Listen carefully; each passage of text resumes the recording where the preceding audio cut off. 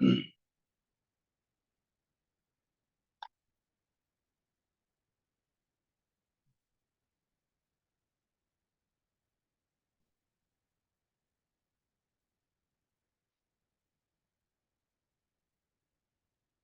everyone. We still have people logging in and getting connected, so we'll just give another minute or two to get them settled, and then we'll get underway.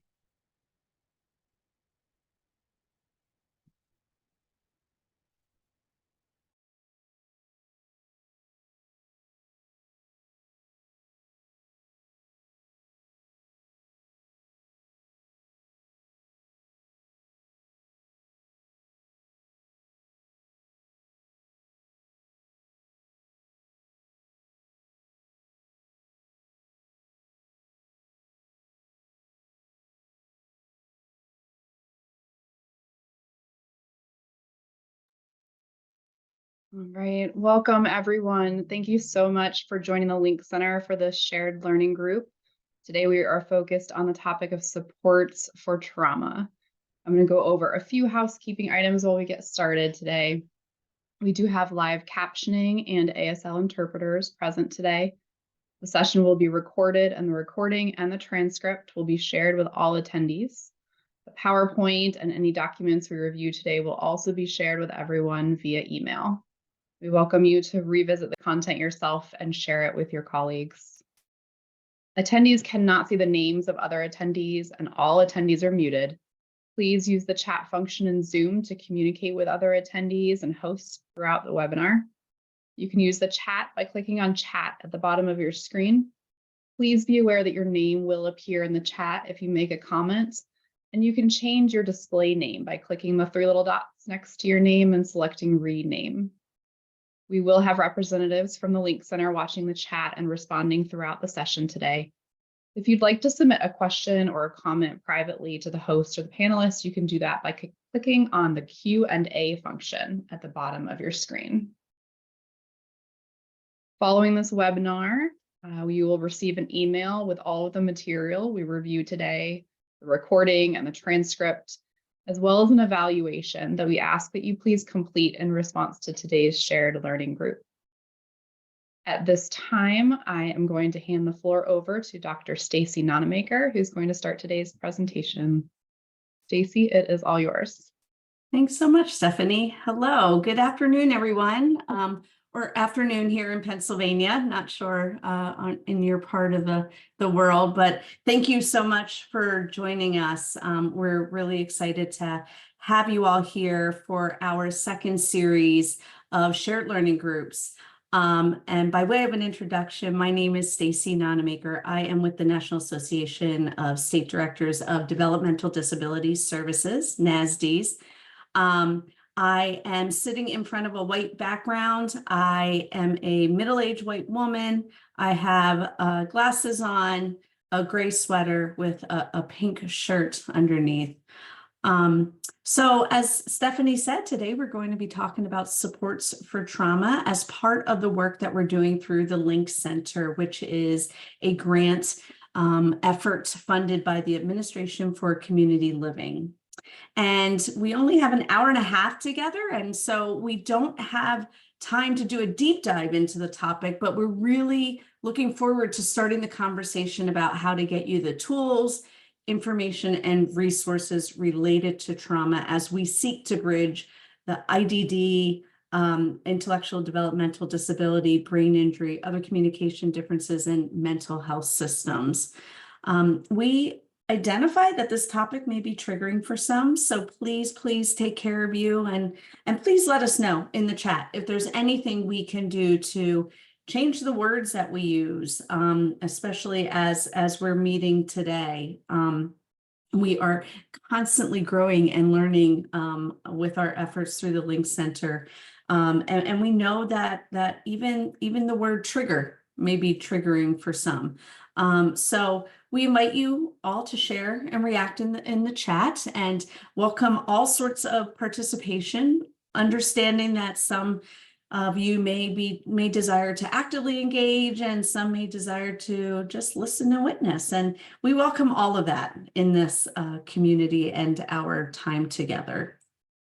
So a couple things about the shared learning groups. This is, as I said before, the second quarterly meeting that we've been hosting.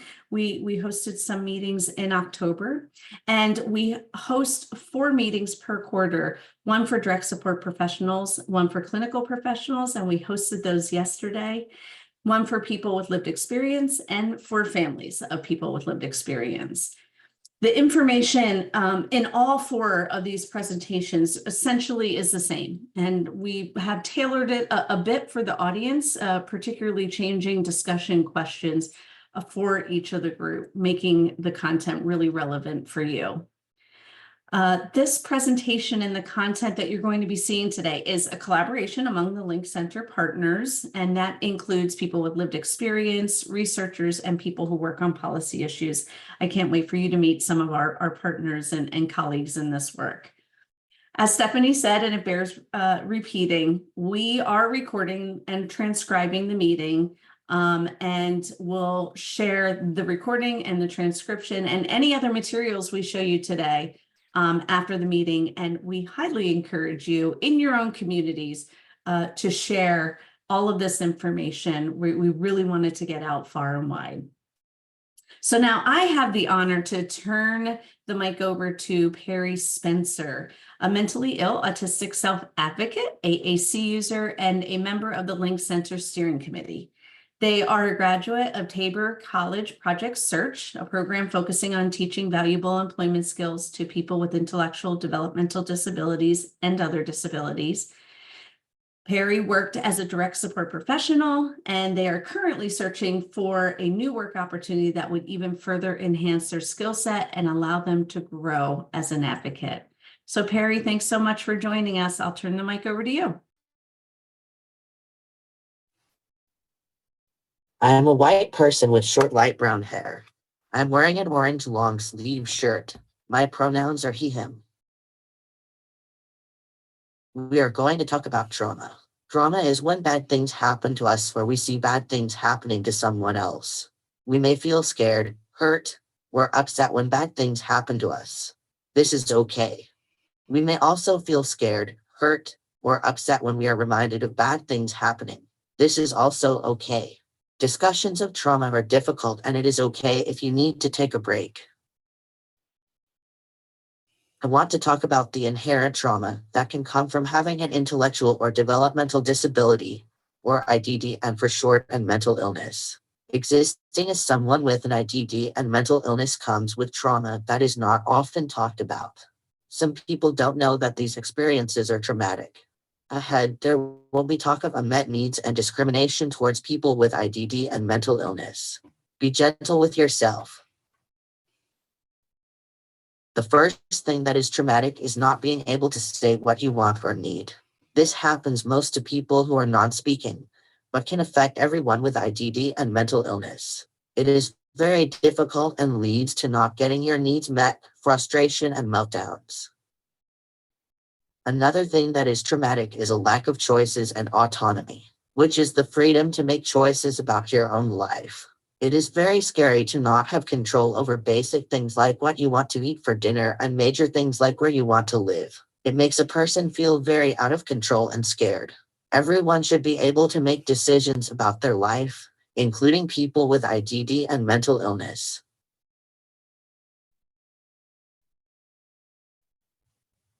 Something else that is traumatic is not getting your support needs met. For example, Jackson lives on his own and needs help to use the stove, but his support worker only comes some days. He may want to use the stove on days where his worker isn't there, but can't do that safely because his need to have help while using the stove is not being met at all times. Having unmet support needs limits the choices of people with IDD and mental illness. Jackson may not have the choice of whether to cook dinner using the stove or the microwave when his worker is not present. It is also traumatic when people assume you are incapable or cannot do things without talking to you, especially when it is people who are supposed to be supporting you. People may think that you can't do anything for yourself, or because you can't use speech you can't understand or say anything. This is not true, and it is not okay for people to think that. People should ask what you need help with instead of thinking you can't do certain things. The last traumatic thing is ableism. Ableism is when someone discriminates against you or treats you unfairly because you are disabled. There are little ways people will treat you unfairly. For example, someone may talk to your worker instead of you when you go out. Even though it isn't okay, some people may not know unless you tell them. There are also things that even non-disabled people know are not okay, and like a boss not giving someone a job because they are disabled. Ableism is found in all parts of life because the people who make laws have bad feelings about disabled people. Next, I want to talk about abuse and keeping people safe from abuse. It is a scary thing to think about, and it's okay if you need to step out, especially if you are an abuse survivor. However, it is important that we talk about abuse and how to keep people with IDD and mental illness safe. If we don't talk about it, we can't change it. It is important to know that people with IDD and mental illness are at a much higher risk of abuse than people without IDD. There are a few reasons why I think that is. Firstly, people with IDD and mental illness may not know what abuse looks like. For example, someone may not know that someone taking their money or controlling their money without giving them choices of how to spend it is abuse. It is important to teach people with IDD and mental illness about what abuse can look like so they know when abuse is happening and how to report it. Another problem is that even if a person with IDD and mental illness does know that they are being abused, they might not have the tools to report abuse. This is especially true for people who are not speaking. Communication devices with symbols do not have the correct names for genitals. This may not seem like a big deal, but it means that someone who uses a device can't report sexual abuse. A person with IDD and mental illness also may not know who to report the abuse to, or how to say what happened in a way others will understand.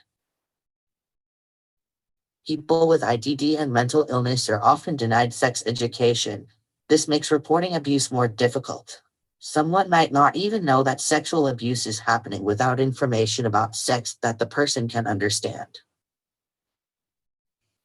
People with IDD and mental illness need and deserve correct information about abuse and help from supporters to stay safe. Some people with IDD and mental illness may have a hard time staying safe even with correct information and support because of their disability. Supporters should be looking out for changes in a person that may be signs that abuse has occurred. However, it is not a replacement for teaching people about abuse and how to report it. It is important to remember that abuse is never the victim's fault. It doesn't matter what they did or didn't do. Believe people when they tell you about abuse. That is most important.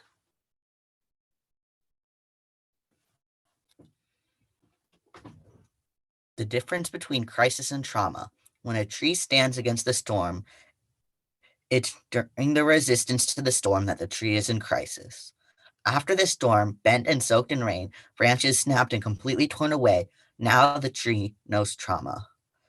I compare myself to the tree. I know my strength is in my roots. Monica Wayford, survivor. Sharing lived experience. This meeting will be talking about ways people deal with trauma and strategies people use to address trauma.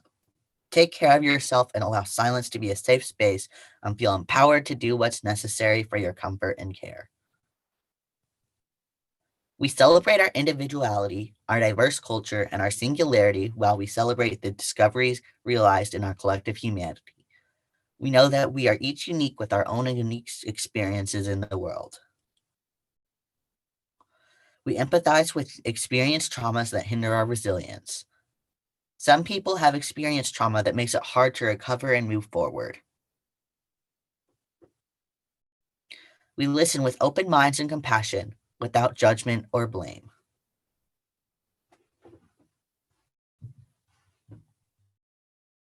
Harry, thank you so much for setting the stage for the topic today and for your incredibly powerful words. We appreciate you sharing. And And speaking of sharing, I noticed that some of you did introduce yourself in the chat, and I invite the rest of you to put your name and any group, association, or membership you may have in the chat. Just introduce yourself.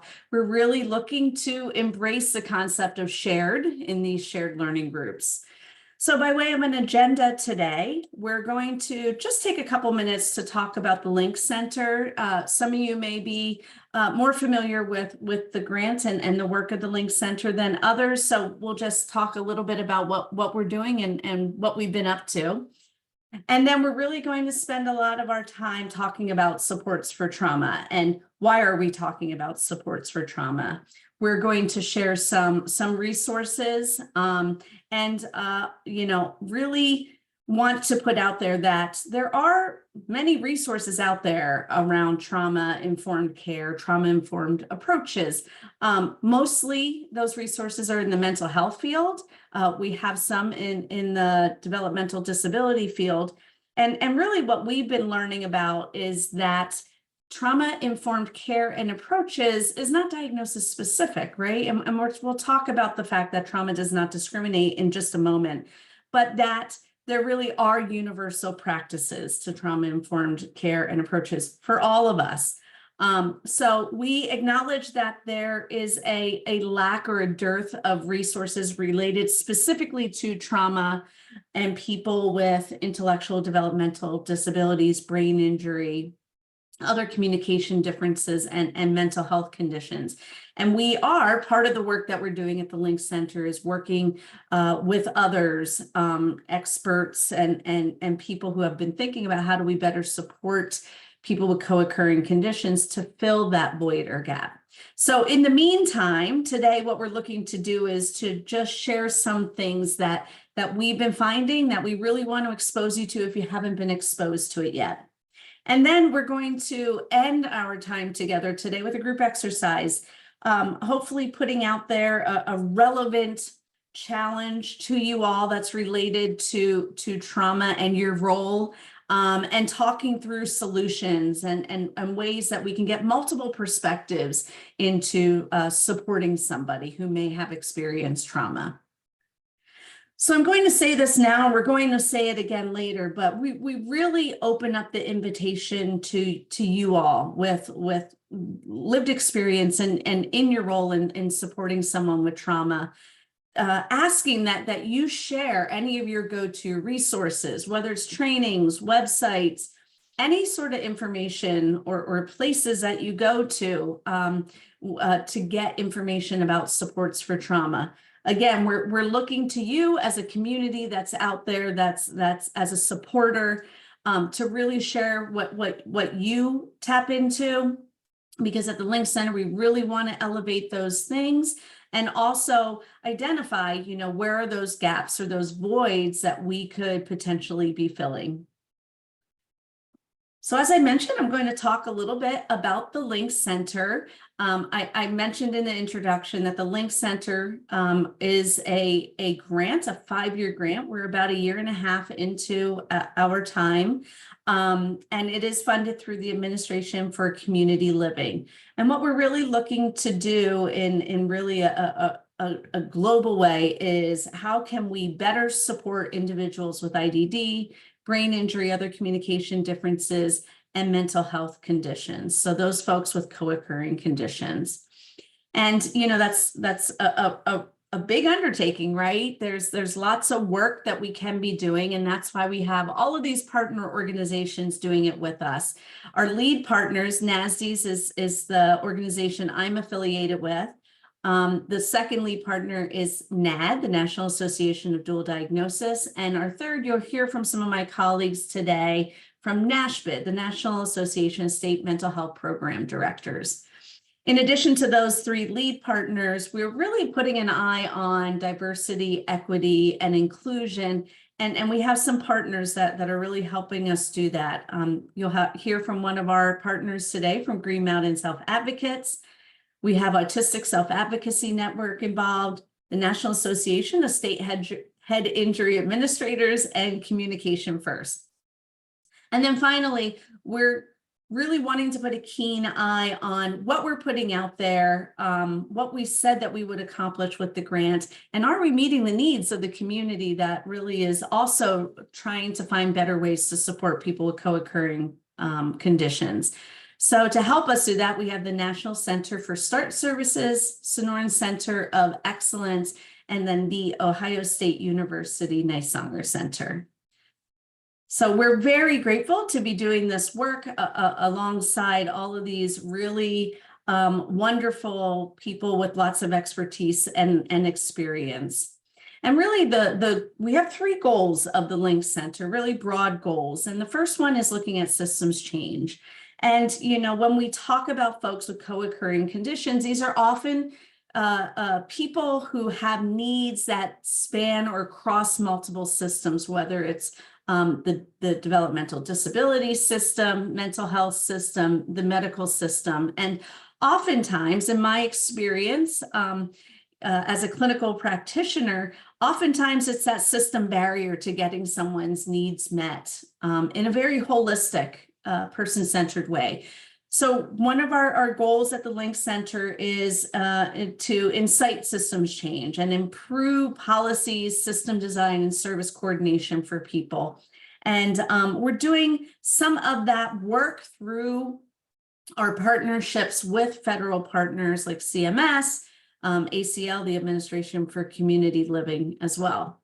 A second goal of the Link Center is to really build capacity of direct support professionals, also of clinical practitioners in all systems. And we often know that there is some really great expertise in systems and expertise of mental health practitioners and expertise of people who understand how to support individuals with developmental disabilities. But we know that there is a dearth or really a lack of people who understand how to support somebody holistically and have the experience and expertise and the tools to do that. So we're really looking through our efforts to build that capacity far and wide and build that diverse workforce.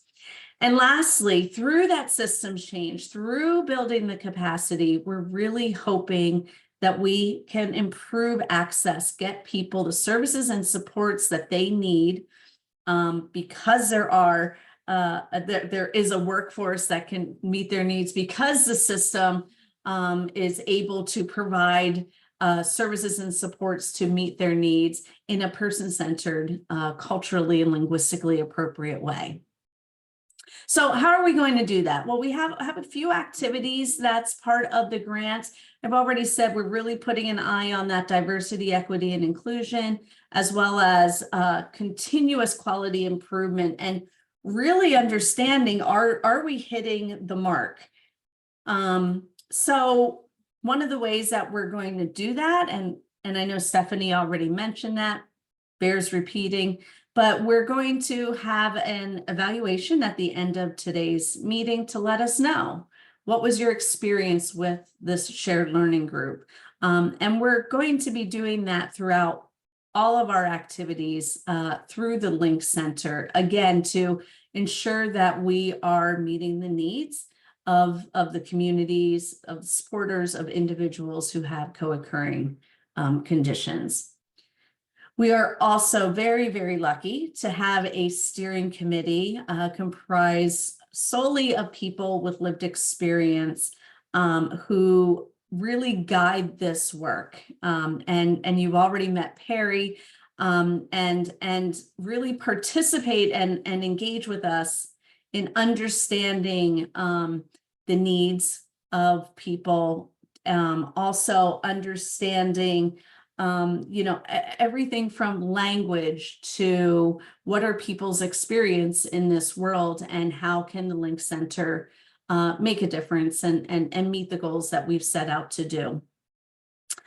We have committed to quarterly shared learning groups as we're doing today, and really grounding that in the opportunity for us to share what we're learning with you all and give you some tools and give you some resources, but also for us to hear from you all and again, capitalize on that shared part of the learning group.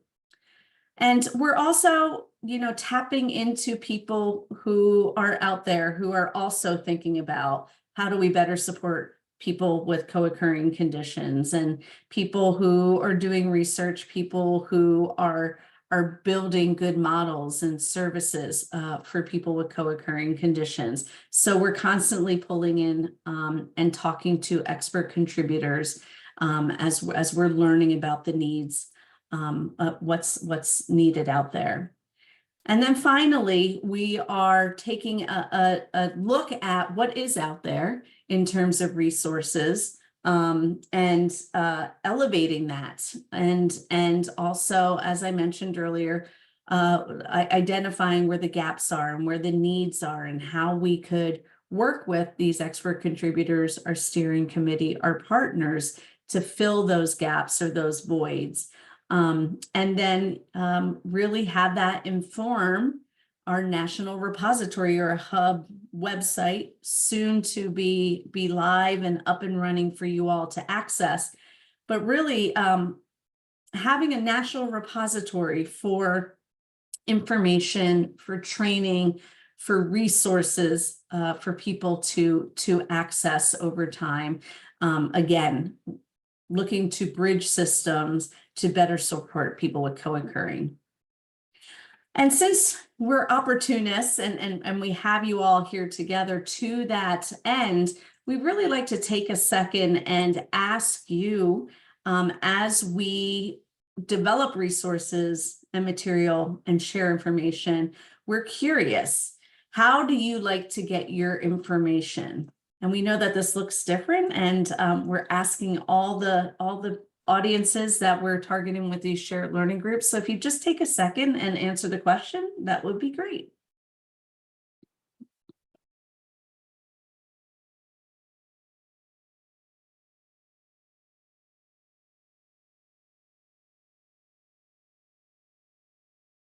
And if you're thinking other, please take a moment, if you're willing and able, to let us know in the chat what that means for you.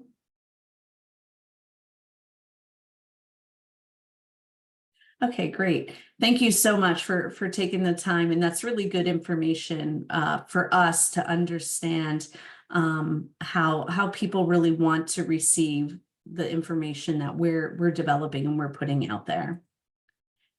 All right, so a few goals and outcomes of our time together today. Again, we're going to be sharing what we have learned about supports for trauma, targeting some resources that we've identified, and talking about why are we even talking about supporting someone considering their trauma.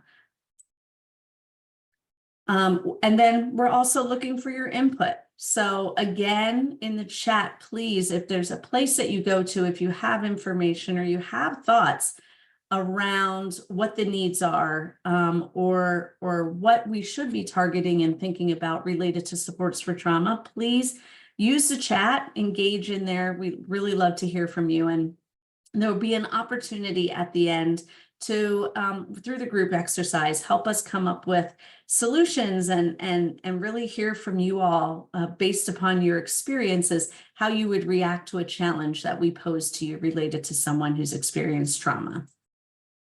Okay, here's where I get to turn it over to Dr. Brian Sims, a partner of ours through the National Association of State Mental Health Program Directors. Dr. Sims, thanks so much for joining us.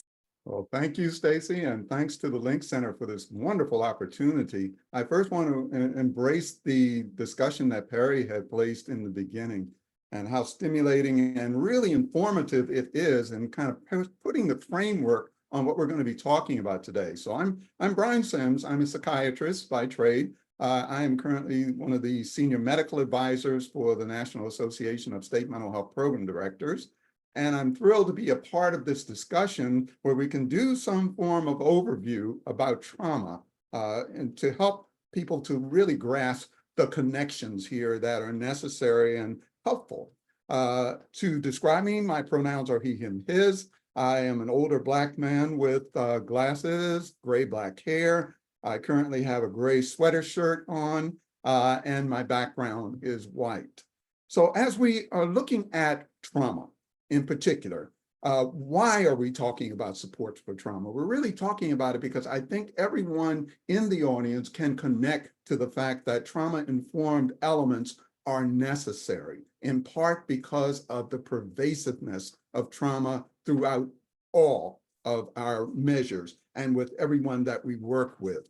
We also know that, and it's kind of a forewarning per se, to just acknowledge the fact that in any discussions about trauma, it can be somewhat triggering for individuals. And as has been pointed out a little earlier, even the word triggering can be triggering. But what we want to do is take a look at understanding a little bit more about where we can go with our discussions. So if we go to the first slide, I want to talk a little bit about what is the issue about.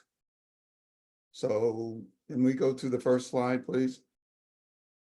All righty, wonderful. Because what I want to do is freeze the slide to make sure that we see it as what is the issue and the need for the general population. And what I'll do is tease it down to the IDD mental health collaboration, but I want to take a look at the general because we can put a kind of a balance there if you would have it.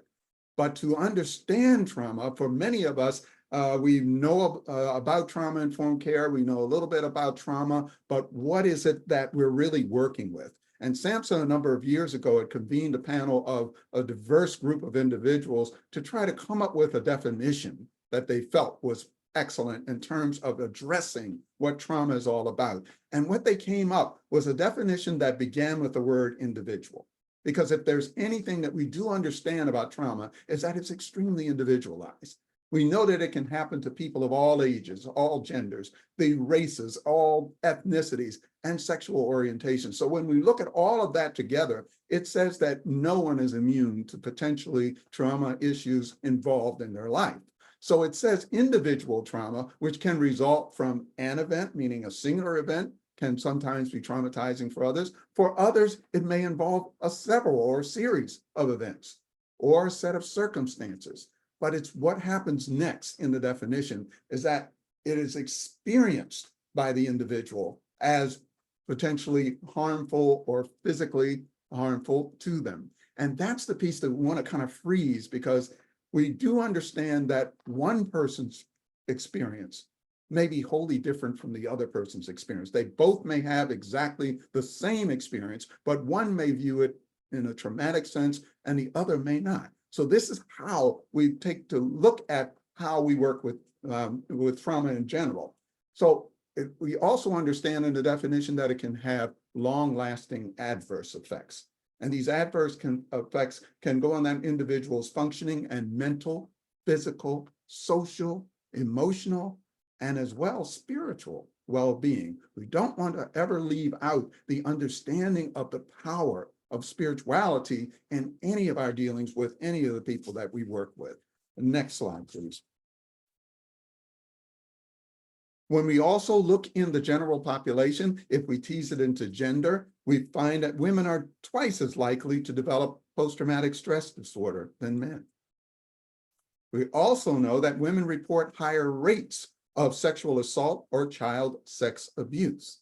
When we take a look at men are more likely to experience accidents, physical assault, combats, disasters, or be witnesses to death or injury. So when we look at these lenses, what we're doing is we're defining essentially an entire population to suggest, in one sense, that if you are together with or in support of someone, and you can pretty much make a good guess that if trauma exists, and you're going to be right about 90 to 95% of the time. Next slide, please.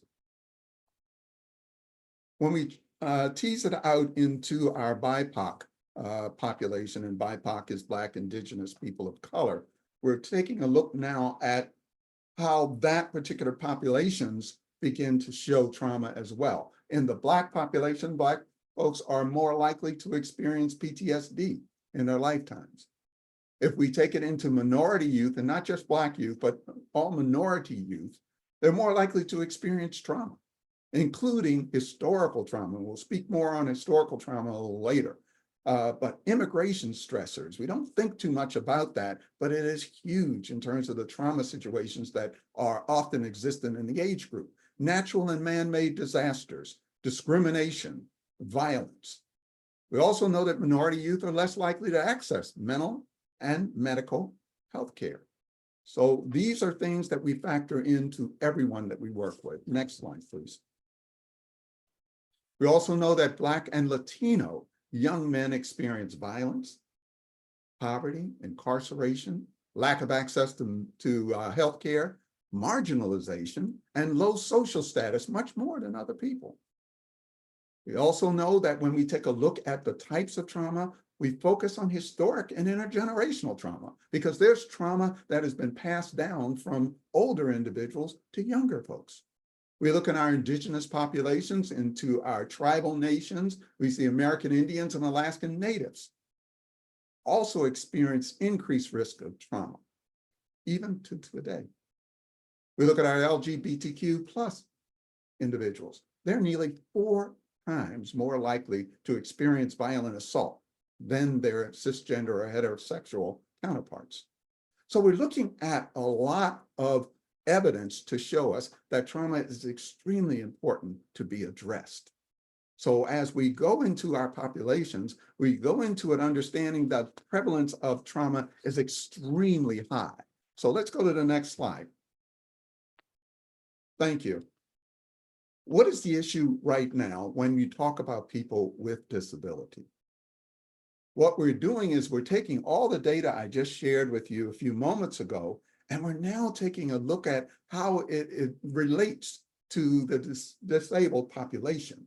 And in that population, what we see is that people with ID are 3 to 4 times more likely than people without it to experience adverse effects, such things as abuse, neglect, medical trauma. These are issues that I'm sure all of you are already connected with, already understand, but it bears relevance because we're trying to make a connection now. We're trying through the Link Center to do a collaboration so that mental health services that have been available for the non-ID population can now talk to that of the DD population so that we can start getting these resources crossing over.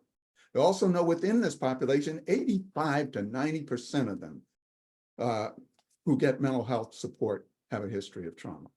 So again, we're looking at almost the entire population in need of trauma-informed care forms of treatment. Next slide, please.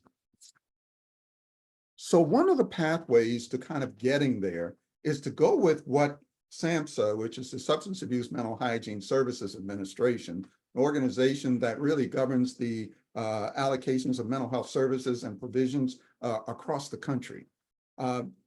About 10 years ago, they convened a diverse group of individuals and professionals to sit down and orchestrate how a trauma-informed approach would look. And what was created from that endeavor was a guideline for the practice of trauma-informed care in any setting.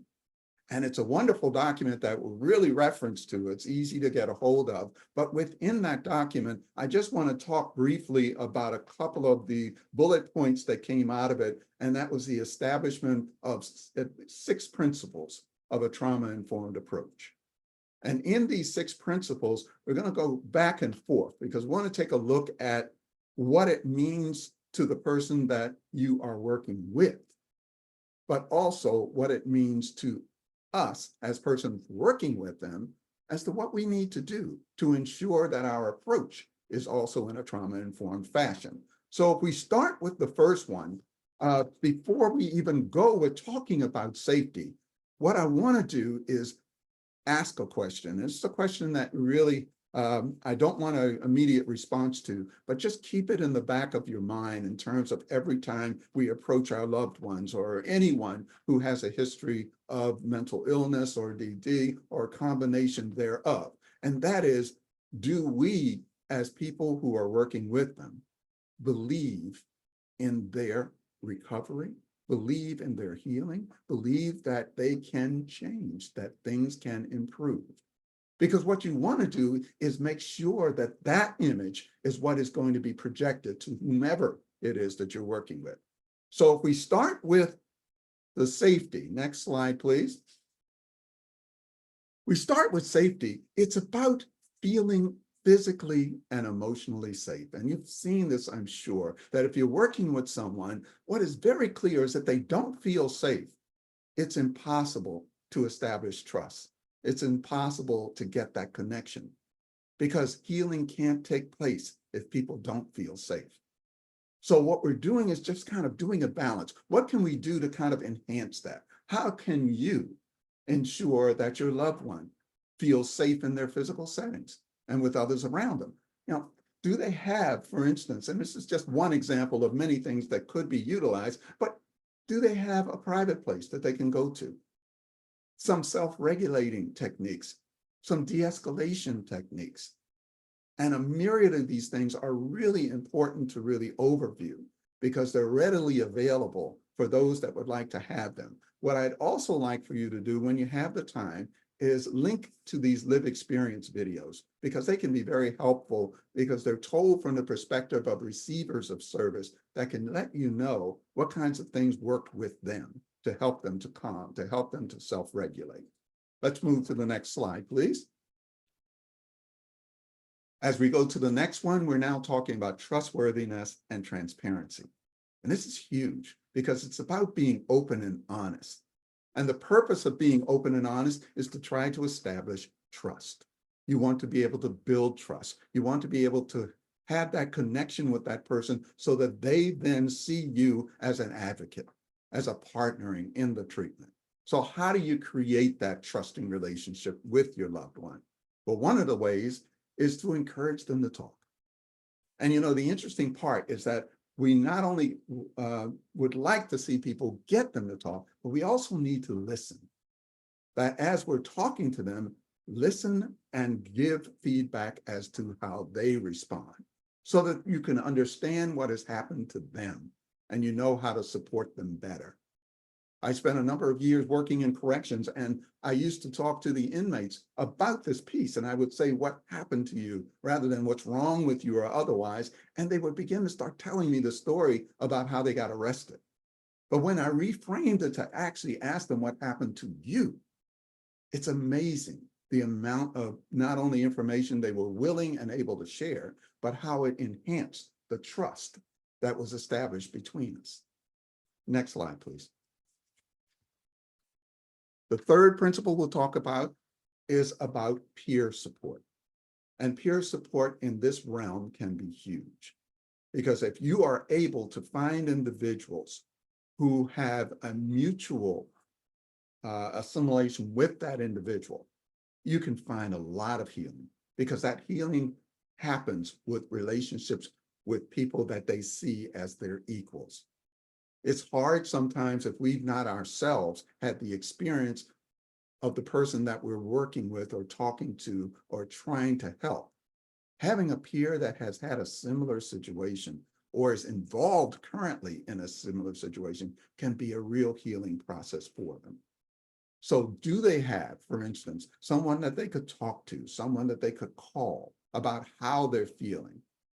Someone who's been through the experience to help give them guidance and support and to let them know that even though the pathway they see may not be going in the greatest direction, it can be better. It can move towards healing.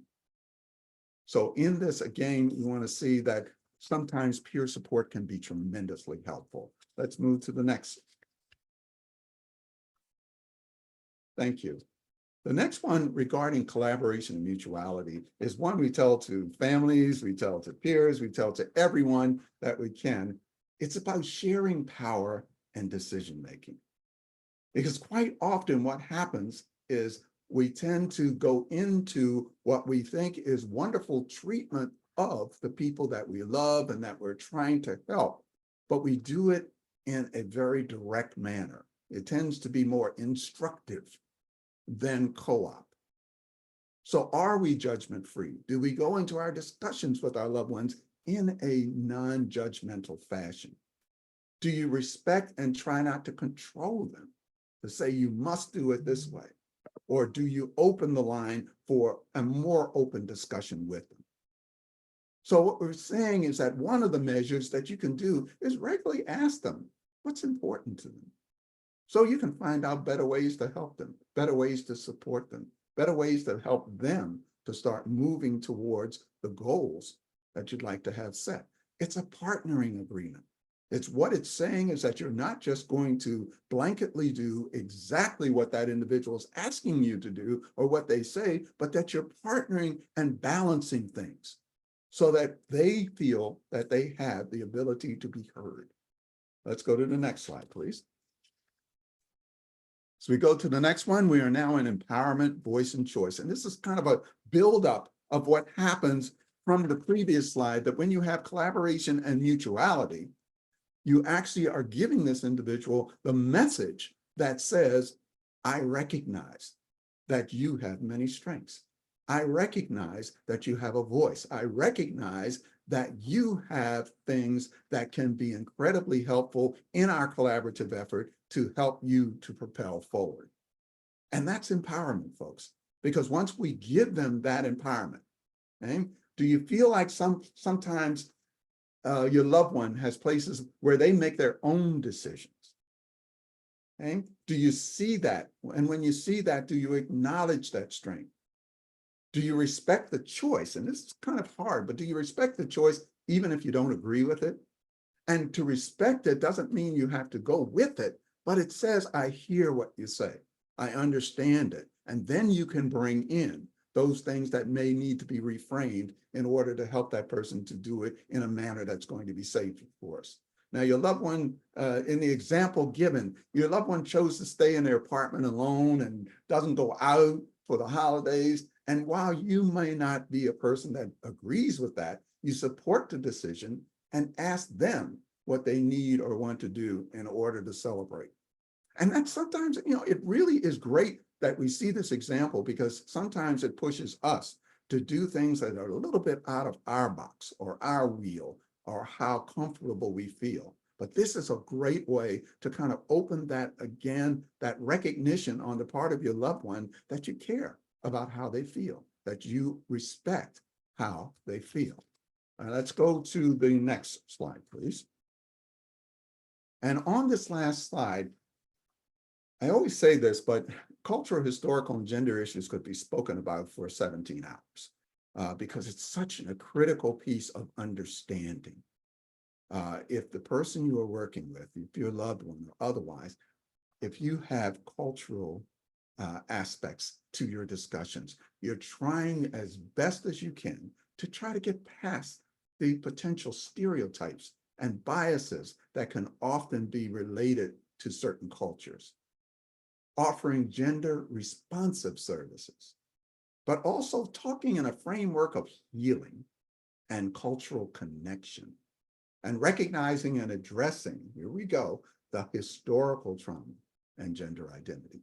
Because with many people that we're working with, many people we talk to, many people that we network with, having a respect of the culture is huge in terms of that connection and a trauma-informed approach. And what you're doing is saying, I may not know what culture you are in. I don't know about the specifics of your culture, but I respect where you are. We can give an example per se. I went across the country to New Zealand, and what we understood from there is that many of the culture there dealt with Maori. And these were tribal individuals that had their own set of understandings on how they dealt with things. And it was about respecting that and not saying, no, you're wrong, and this is what it should be. So these are just ways that we can kind of ensure that we bolster the connection, to ensure that our communications are there, but to give hope and to help them to move towards self-advocacy, healing, self-regulation. So thank you very much. And now I'm going to turn things over to Max Barrows from Green Mountain Self-Advocates, who's a partner with the Link Center. And go ahead, Max. Thank you very much. Noted, I am Max Barrows. I am the outreach director for Green Mountain Self-Advocates. I am a person on the autism spectrum. I am a young Black man in their late 30s with short black hair. I'm wearing a very light blue with thin blue stripes, collared like dress shirt with a dark blue tie with red and white stripes. Next slide, please. So I will be talking about a tool that we developed, and this will be a tool that will help people manage their triggers. Next slide, please.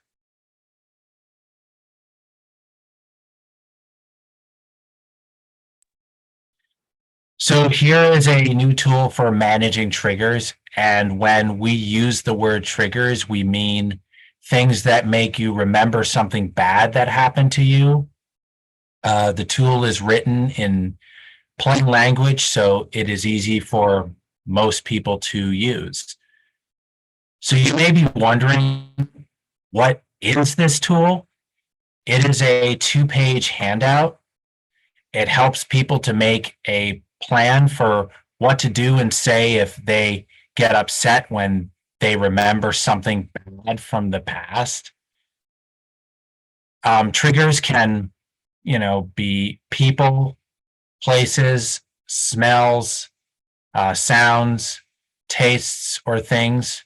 For example, if someone who hurt you smelled like smoke or perfume, those smells might make you remember what happened.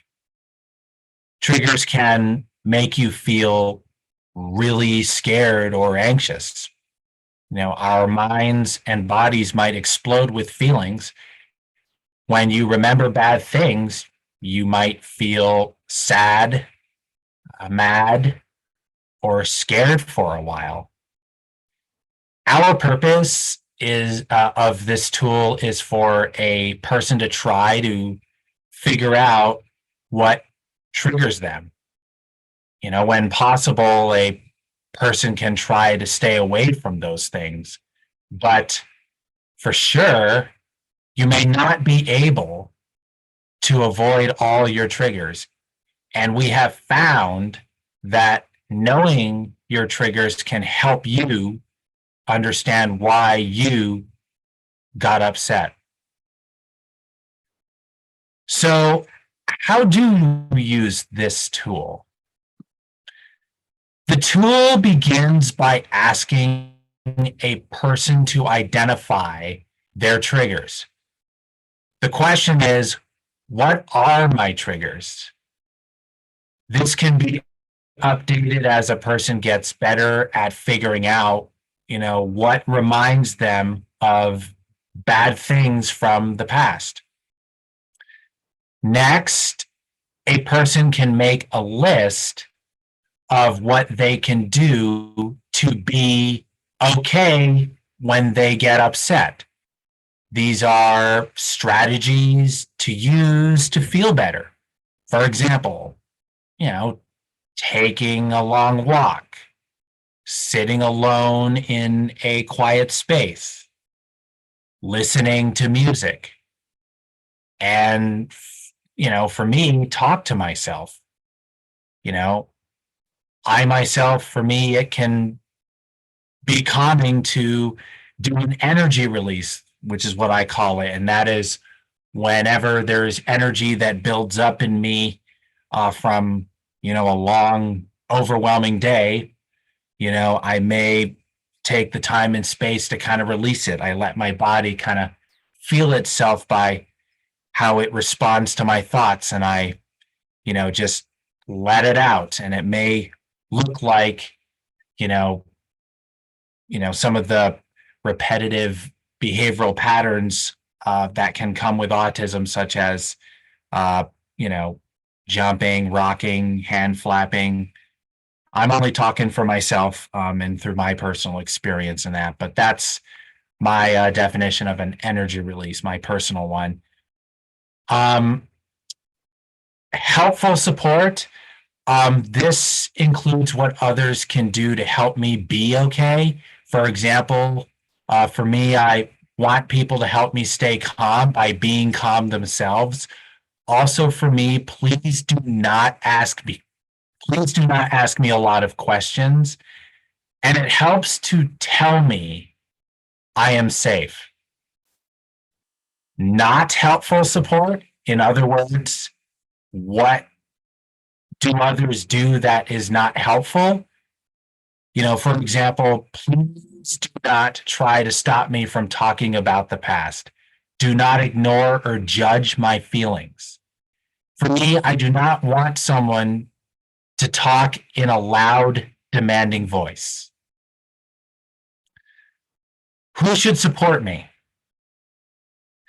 Make a list of the people you want to support you when you are upset. It can be anyone. I personally want, someone that I trust. Who should not support me? What do I not want to support me when I am upset? For me, people who do not understand me. When do you use this tool? Go over the completed tool on a regular basis. Support us to practice what we can do to be okay when we get upset, especially if there are new people in your life. Triggers can come up at any time, so have this tool handy whenever it's needed. If it helps, consider posting it in your room or someplace where you can find it easily. How do you share it with others? Well, for me, I would share it with the people I spend time with. It is important to let the people you trust know what they can do to be supportive. I personally would want it to be a part of my person-centered plan.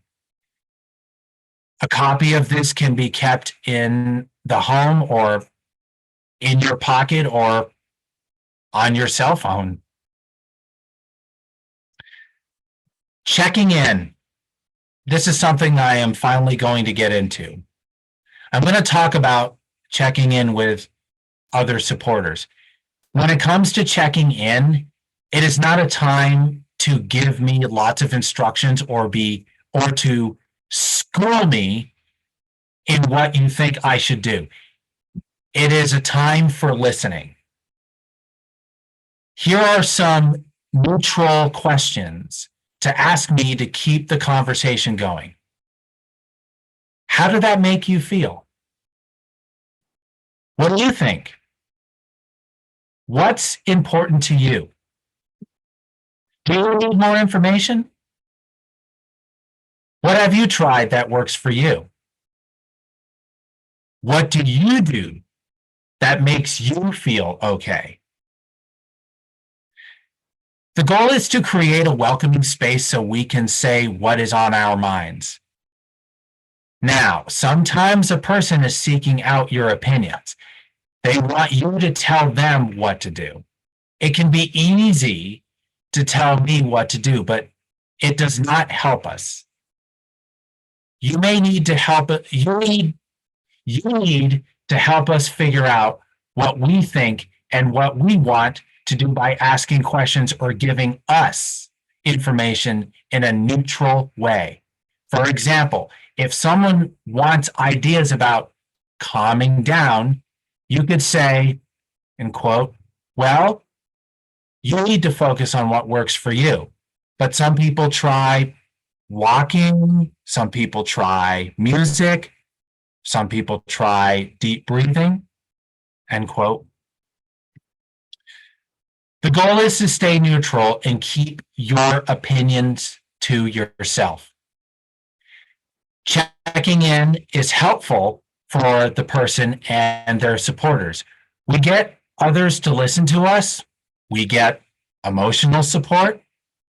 Our supporters get information on how we are feeling. We tell our supporters what they can do and say to support us. Over time, we build trust. And that's the goal. So on that note, thank you so much for listening to me.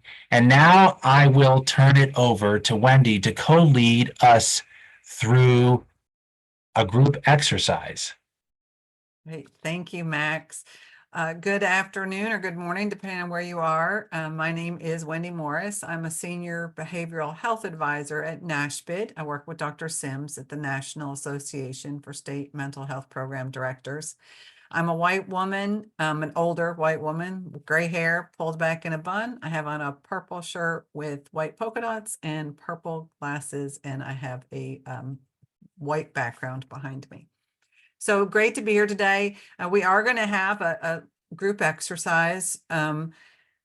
Max is going to read just a little short case example, and there'll be a question at the end. And what we're hoping is to really get folks to react to it, share your ideas and your thoughts. We welcome you to raise your hand online, and you can come off mute. You can turn your camera on. You can leave your camera off, whatever you're comfortable with.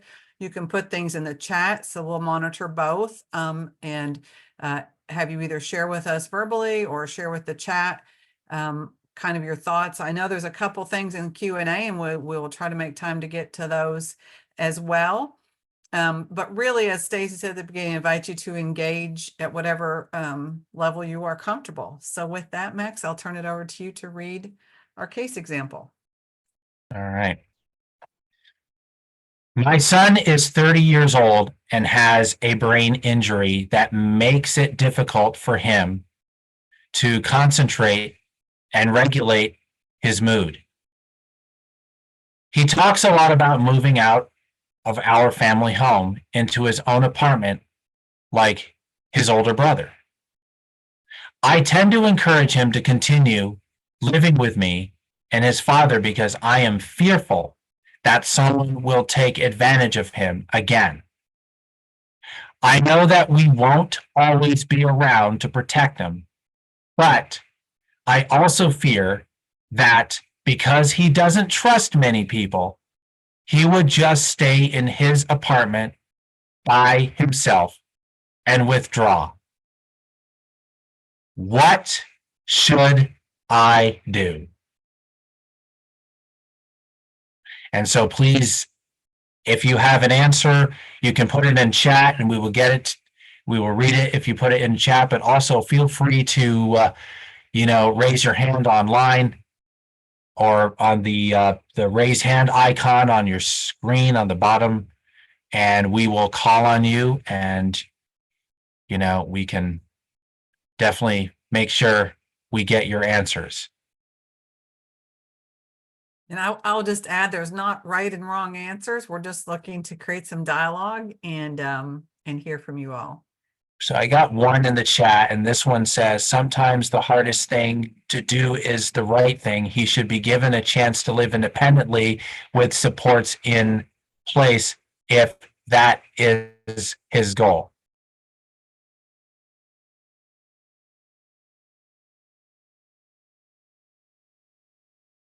I got another one, and it says, listen and support him. This is from Nicole Richard. Here we go. Nicole Richard says, listen and support him in his wants in his life to live as independently as possible. The last one I read was from Katie Dally. I got another one from Valencia Miles, and she said, encourage his wish to be independent, maybe help him find an assisted living type situation. And those are all great. It's love to see everybody supporting that decision and making sure it's person-centered. One thing that's in this little vignette is it says, the parents are afraid that someone will take advantage of him again, which of course indicates there's been some past incident. So how might we deal with not just our own fear, but ensuring that he will be safe? And there's another chat says, I agree with Katie. Talk to him about moving out, what moving out looks like. What are his fears? What supports does he need? Help him access those supports. Talk to him about your fears for him also, and how you can mitigate those risks of being taken advantage of. That's great. And once again, you can also feel free to raise your hand and we will call on you if you want to say your answer out loud.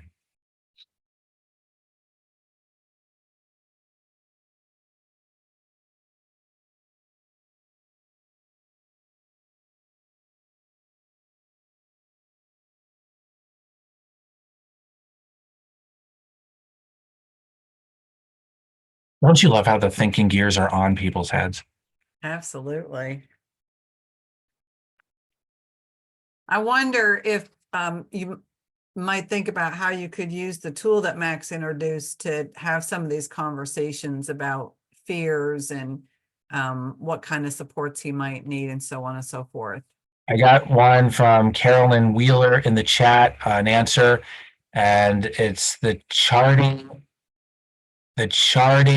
life course tools would be helpful in quote, charting end quote, his vision for a good life, but also identifying how people, his strengths and assets and technology could be used to at least safeguard him from being exploited financially.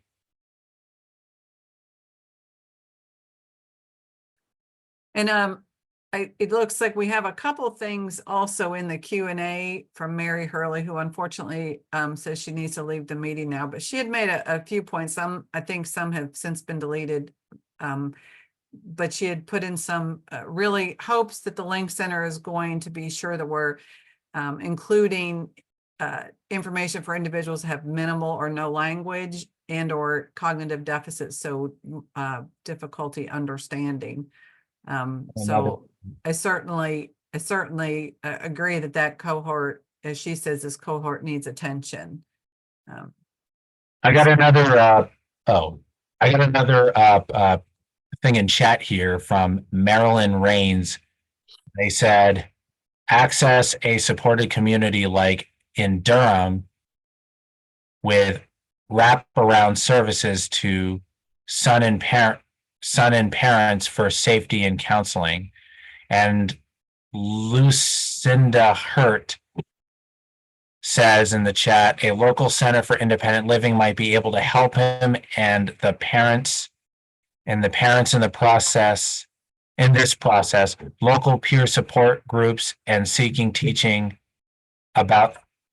Okay, hold on a minute. I'm going to start over because the traffic is now picking up. Okay, Lucinda Hurt says a local center for independent living might be able to help him and the parents in the process. Local peer support groups and seeking teaching about those topics from an outside organization might also be helpful. Karen Topper says, work with him to find a way to ease into living on his own. Maybe at first he just lives in his own place a couple days a week. And as others have said, work together to come up with a safety plan. Regina Cisneros, sorry. She says to piggyback on the person-centered approach, to considering option for him, maybe talk to him about the support group and some activities that support his subcultural interests. So many great ideas. I'm wondering if there's, I'm guessing there are folks in our audience who have some experience doing some of these very things, and if maybe that's part of what's generating your ideas. And I also wonder if you have comments, you could again come off mute and tell us or put in the chat. Where would you recommend people look for these types of supports in their community? How did you access them? Did you go online? Did you talk to some of the providers that work with your loved one? and I think this question was posed earlier, what's your go-to place for information when you're trying to sort this type of thing out in your own family?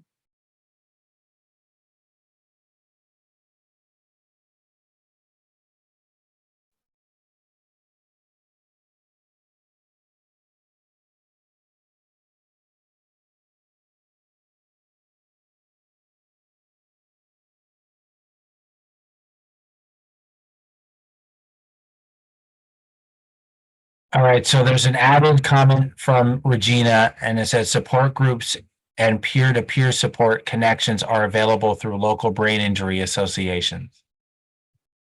It may have been a separate comment, but I thought that. Guyette Hartman says, I used the LME MCO, which handles Medicaid support services.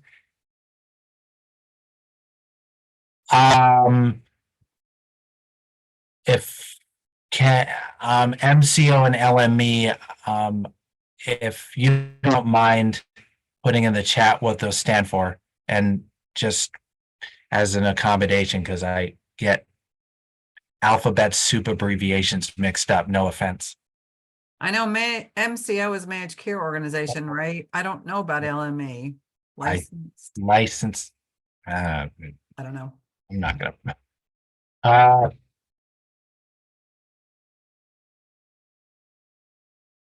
Local management entity, Managed Care Organization. MCO Managed Care Association. Thank you so much, Guyette, not Guyette.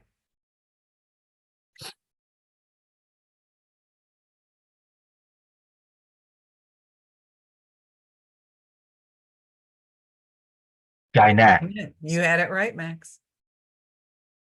I corrected myself.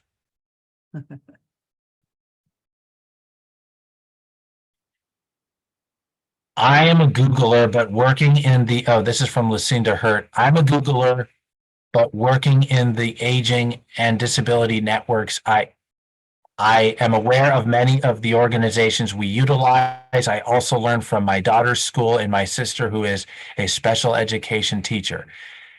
Next, Mary Hurley says, I follow Autism MJ, which is New Jersey National Council on Severe Autism, State Council on Developmental Disabilities for resources.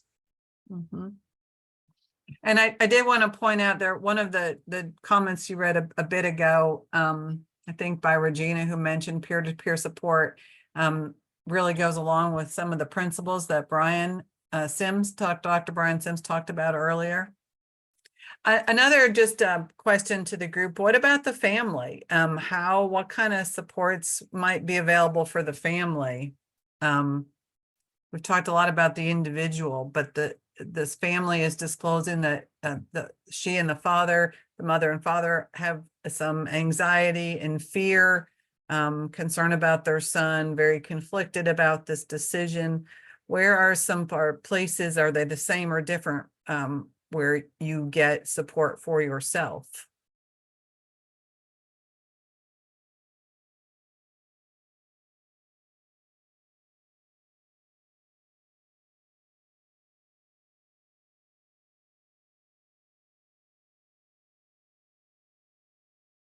So Marilyn says the North Carolina Autism Society. Great.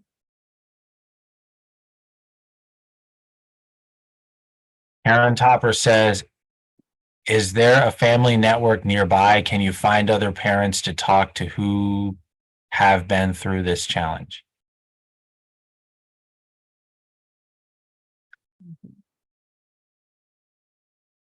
I know that, the National Association for Mental Illness, NAMI, is another organization that some communities have for folks who have co-occurring disorders. And love the idea of peer support for families. So we still have about 10 minutes left. So we want to continue to encourage people to come off mute and have a conversation, dialogue with us a little bit. Maybe there's a question we haven't asked that you'd like to pose to the other people. joining this shared learning group today. We want to learn from each other, and or maybe you have ideas that you'd like to talk about, as the Mary Hurley did in the Q&A, pointing out that maybe we need to be sure to have some attention to people with severe communication deficits. Hey, I think I got unmuted. This You is did. Nicole. Right. Thank you, Nicole. This is such a great conversation. And I was just thinking from the perspective of the parents that always make sure that if something in your child's life was traumatizing, it most likely traumatized you. So there's a lot of apprehension here with these parents about allowing their son to live again on his own because they're most likely worried about how that's going to impact their life. And so that's their trauma and not his trauma. So it's important to go see a therapist and talk about that so that it doesn't become one thing. Like your son has a life, they sure may have an intellectual disability, but that is their life and it is separate from yours. And that's something that I had to work really hard on in my therapy sessions, so that my son, he's 13 now, and I still work towards that goal. But it was important for me to understand and work towards he will always have his own life separate from mine, and that his goals in his life I need to listen to what those are, and they may change over time, but I always want to be here to support him in his most independent life. And then I live in Georgia. It's been hard to find resources, but I did find a community of people who are like-minded to us. We want to live inclusive, and so they're actually called extra special people. And because of them having this really stronghold, I'm in Athens, Georgia, it's almost an inclusive community. So I'd say early on, try to get your family in a community that is inclusive with supports. And you may have to move several times. And that's what my family had to do. And I just always told myself through everything that, I'm in good company. Even though I cannot see these people, I will eventually find the resources I need to serve my family. But going to a lot of what Max said, to make sure that you're listening to the individual and not just saying what you think is right. You made so many beautiful and important points there, Nicole. The point you made about when your child or loved one experiences trauma, you experience trauma. I think sometimes we forget that it doesn't have to happen to us for us to experience it in a difficult and painful way. So that's a really good point. And I loved how you brought up to be sure you get support and assistance for yourself to work through some of those feelings. And I also loved what you said, about listening to the person and kind of tagging on all of those points that Max made. And Max, I think there's a couple more chats. The only other chats I can see are one that's acknowledging Nicole from Sheila Damon. But Karen Topper says if he has support staff that can make it their number one focus to help the son develop natural supports, find others or groups that share his interests and talents and get him more involved, make healthy connections before moving out. That's great. That kind of goes in hand with what Nicole was saying, right? That she and her family had to find like-minded people and create their own support system, which is kind of what Karen is saying. Sometimes you have to grow natural supports. Find things that you're interested in. So many great ideas. Anybody else want to have any other ideas or opinions or whatever you would like to share. We do still have about 5 more minutes, so there's plenty of time. For me to take in what I learned from everybody on this call, instead of just talking at you all the time, considering that we try not to do that.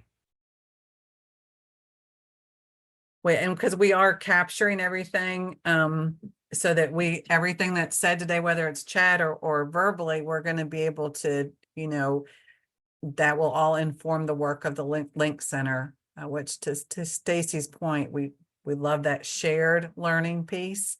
We know we can learn from you, so please share your insights and thoughts with us.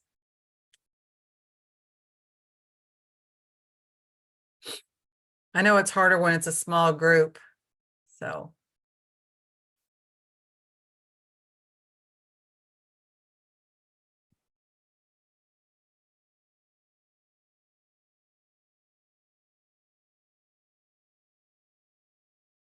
So, I think, Max, we're down to just under 40 people. So I think maybe we could turn it over to Deb for last word. I see just one more chat, which was, it sounds like there's a web, but is there a website? Yes, and we're going to get to that. Deb's going to share the website in her, or the web address. Deb, you want to take over? Thank you, Sure. everybody. Happy to. Hi, everybody. I'm Deb Pinels. I'm a clinical consultant to the Link Center. I'm a psychiatrist, and I also work for NASHBIT as a senior medical and forensic advisor. So I am really thrilled with the discussion and what came out of it. Very interesting to hear. Just going to go through a few items before I do some housekeeping at the end, just telling you a little bit more about myself. I have short dark hair. I'm wearing glasses and a beaded necklace and a dark sweater today. Again, just very happy to hear the input. So just want to remind you, please continue to add to the chat. What are your go-to resources, training, websites, and places where you get information and supports about trauma? That's really going to help us develop the materials and really inform us about where you go for information that supports you about trauma. And to answer that prior question, a reminder of the email address. The website is not yet up, but it is coming soon. But until then, the email address is the Link Center at nasdds.org. That's 3 Ds, NASDDDS.org. So please feel free to reach us by email in the meantime while we're waiting for the website to be posted. Also, thank you again for participating today. Today's were wonderful. Today's was a wonderful shared learning group. Yesterday, we had the DSPs and the clinical folks.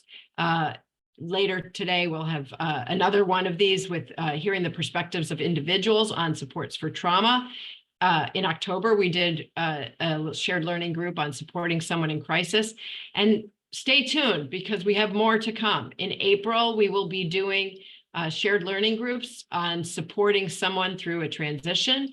And in August, we'll be doing a shared learning group on supporting the whole person. So we would really welcome you to come back and provide your input to help inform the development of the Link Center.